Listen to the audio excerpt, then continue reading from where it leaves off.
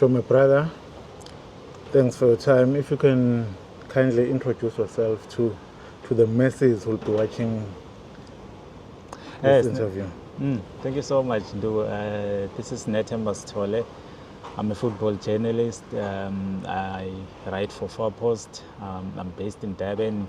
That's where I come from in KwaZulu Natal. Hey, you like being from Gauteng, eh? I have to move to Gauteng in the near future because that's where the center of football is. I always call it what do you call the CBD of football. Of football, yeah. Yeah. But how are things like in terms of football in KZN with Durban? Are we on the up or? No, man.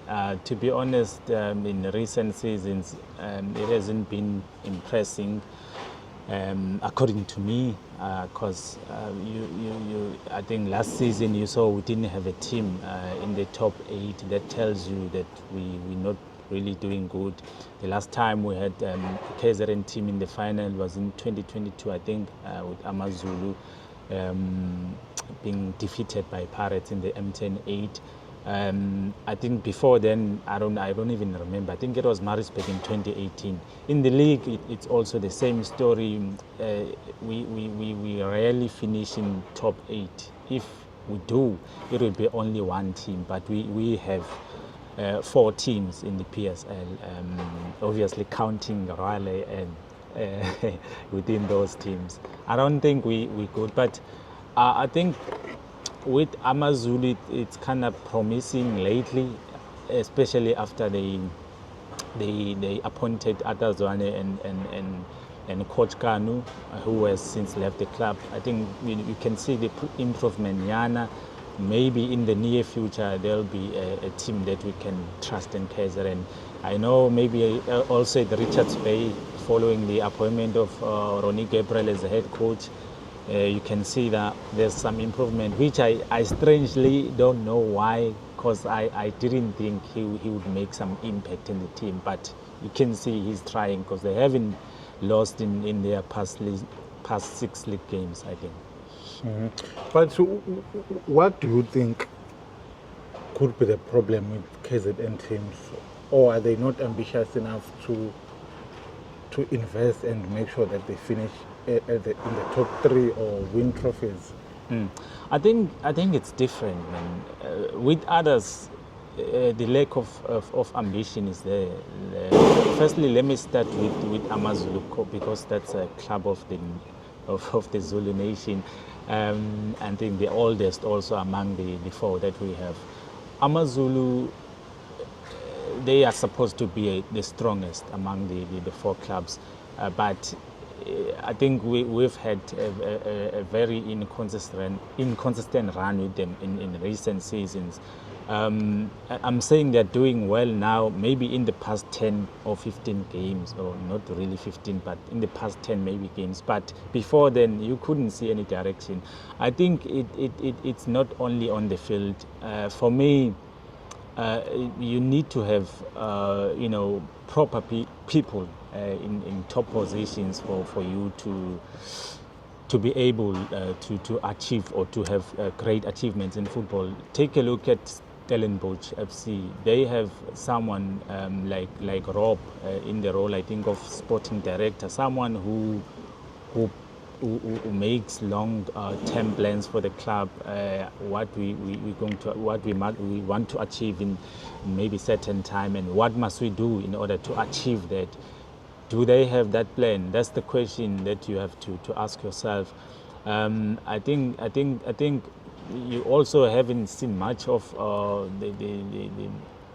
the promotion of these key players. Yes, you've seen them, but at times you're really seeing a lot of addition of players from so-called big teams that are experienced, but when maybe they come here, it's a different story. You can only point 1 or 2, 3 that are doing well, but the others are not really doing well. Maybe that might be one of the problems. We don't trust our players from KZN.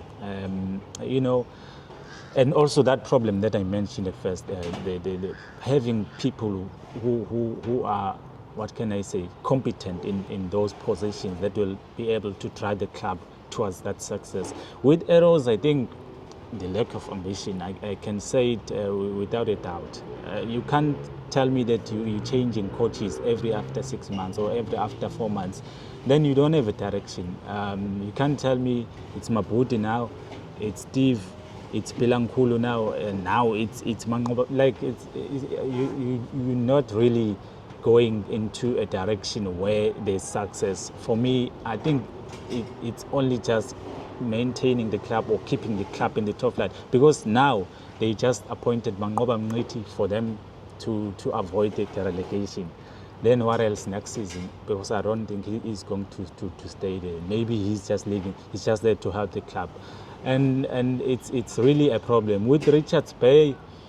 The team, to be honest, wasn't that strong in terms of the squad that they had. But I think maybe this season they really tried in signing players.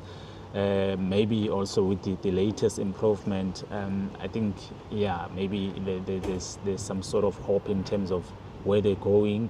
But also next season, they also need to beef up the squad more, have a proper plan. As I said initially, they need proper plan.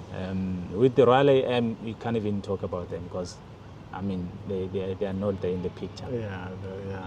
But I think I can agree with you when it comes to Arrows. I don't think they even want to win anything, as long as they're in the PSL and they get that grant funding, and then it's the harsh truth. Yeah. Unfortunately, there are people who support the team who would want to see it doing well. Yeah. But if the management they are not looking in that direction, then it's hard luck for the supporters. Yeah. How do you see the issue of Royal AM getting sorted out? I think it's done. For me, I think it's done, because obviously the people have started bidding. I think it's no longer in Mamkiz's hands, even though I just decided to kind of like distance myself from the story. Obviously, I'm looking at it, but I just think it's done. They can't play, what is it? I think around 20 games. They can't play 20 games. Because they are really behind. Even if whoever that buys the club buys it now, I don't think they can be able to play all those games. PSL will take whatever decision they will take. That we obviously waiting to see what is it they do. But to be honest, the Royal AM is no more. One can hope that maybe a buyer comes from KAIZER and try to revive the club. Well, for the next season, because obviously at the end of the day, it's the top flight status that is there. But it also relies on what PSL does with them, because they can just liquidate the club. If they liquidate it, maybe they can say number 15 is relegated. You don't know what's going to happen. Or maybe Real AM is relegated. So it's a problem. It's really a problem. But you're really interested in finding out what's going to happen. So we'll wait and see on how it pans out. With the KZN teams, we last won a trophy in 2009, before 2010. The Arrows. Arrows with Mangoba. So that was the last time. Last time. So you can see. So yeah, as I think initially I just mentioned it. I think Maritzburg were in the final against Free State Stars. We were hoping. I think they were just unlucky, man, to not win that trophy. AmaZulu with Pirates, you could see. I mean, the hopes were just, were small that they were going to maybe cause an upset in the final with Pirates there. But they really tried, man. Pirates didn't just walk in the park, because they won 1-0, I think. And they really came back in the second half. I remember they came close to equalizing. But other than that, as I said, these things, lack of ambitions and stuff like that, are those challenges that we have, that we're pointing at, Uguti, we have when it comes to our clubs in KZN. Because we can't say we've been unfortunate all these years. There are clubs like Stellenbosch, like clubs like Cape Town City, there are clubs New like... teams. Okay, maybe I can't count SuperSport. There are clubs like Magesi who have won the cups, the trophies, like Baroka, even Baroka. Imagine, where is Baroka now? They are winning. I mean, when you play the cup competitions, or you don't just be eliminated in the first round, in the second round. I mean, come on, man. Can you reach semi-finals? Can we see that you have that drive, to succeed? Don't say, no, man, we want to focus in the league. Come on. Are you going to win the league? Obviously, we know that you want to retain the status for next season, but can you make those people that support you happy? Because they spend their money also. They want to see the club succeed. Stellenbosch won the cup in last season, but still they were able to compete in the league. How many players did they buy? How much did they spend? I mean, like, not really so much money, but what they do, they have a proper way of doing things. They take from their development. Let me make an example. They have a very super talented boy in I think that boy is Langelihle Pili. He was here at AmaZulu. So many people don't know that, and it's one of the things that you question. Why did he leave? There are so many young players who emerge at other clubs outside the province, and you ask yourself, why did he leave? All these things like that, and you hear maybe one day, this boy was playing for Arrows, this boy was playing for this certain team. Like, it's one thing that we also must look at, protect our talent. We've got so much talent, man, in KZN, you can't doubt that. But those are one of the things that we need to look at if we want to succeed. I think KZN in Durban, so we are good as hosts. Yeah, we're good as hosts because we we haven't been playing finals. You can't tell me in 6 finals we don't have just one final where there's a KZN team. Look at Marumo Gallants now. They I think they stand a chance of going there if they cause an upset at Orlando, which is, I think it's unlikely. Is possible. Yeah, but it's always possible because it's football. Magesi beat Sundowns in Bloemfontein. Yeah. So if you believe, if you've got that drive, don't just say, I want to focus on the league. Not focus on the league, which you're not going to win anyway. Yeah. Another thing that's a bit of a worry to me is how do we maybe increase the support of the teams when it comes to stadium attendance? You need to show people that you care about them. You need to listen to people what they want to see the club achieve. Obviously, it's success. I think I've seen with AmaZulu. I can't really. I mean, AmaZulu do these things, activations. Maybe I've seen Arrows also doing them. But also you need to connect people. You need to find more ways to connect with people. You need to be creative also in that space. But I think more than anything, man, as I said at first, you need also to show hunger for success in the future. Because people will only come to the stadium if you play well. I mean, they can't just come to the stadium if you also... Just because you're a local if team. your body language doesn't show that you want to win.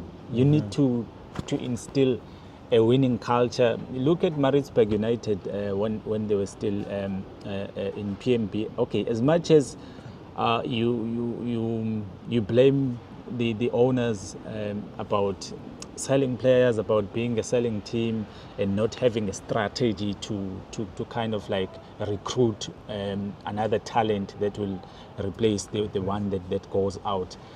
But in terms of the winning culture, you could see it was there, the winning culture and the connection between the city and the club. They instilled it long time ago, and you could see, man, the Friday nights were it was crazy. People were always buzzing because the team was sure we want to win, we want to. That's why they even reached the final in 2018 under Coach Fadlu, because you can see that thing, Yoguti, man. We want to win. We come and support us. Like in Stellenbosch, what Stellenbosch is doing now, people are coming to the stadium because the team has a winning culture. They instilled it themselves. But were you surprised maybe seeing the support for Durban City in yesterday's games? I think. Not really, because I think when they came, we spoke. I think I once spoke to Yunus Kadodia, the son of the owner, and also the owner himself. He spoke to us about how they want to do the same thing that they did with Maritzburg, with Peter Maritzburg, because they were there for several years, and it was very hard and hurting to see them go, but still they still have that passion for football, and they want to build it in another city. And Chatsworth, I think they really had a plan. Coming to Chatsworth, you know very well that Chatsworth needs football. They had, I think, I've forgotten the name of the team in the olden days that they Manning Rangers. Yes, Manning Rangers. They had Manning Rangers there, and you can see the place that is hungry for football. You've got like an Indian community there, and you see what race Obab Kajodi is. And also consider that, okay, he might not say it in public, I'm going there because I'm this race. Community. Yeah, but he's considering a lot of things going there.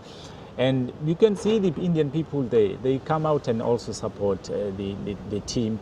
And also the black people, they want something new. Durban City, he says, I'm calling the team Durban City because I wanted to connect with the community of Durban. Yeah. People, they're like, wow, Durban City, it's ours. We want to protect this thing. We want to see this team in the top flight, because you'll proudly point at the league standings and say, I'm from Durban. Wow, that team represent the city. That's why people are also proud to go there and support the team. I think besides that also, the way they play, the way they fight, the way they show Guti they wanna be promoted, it has really rubbed on the people.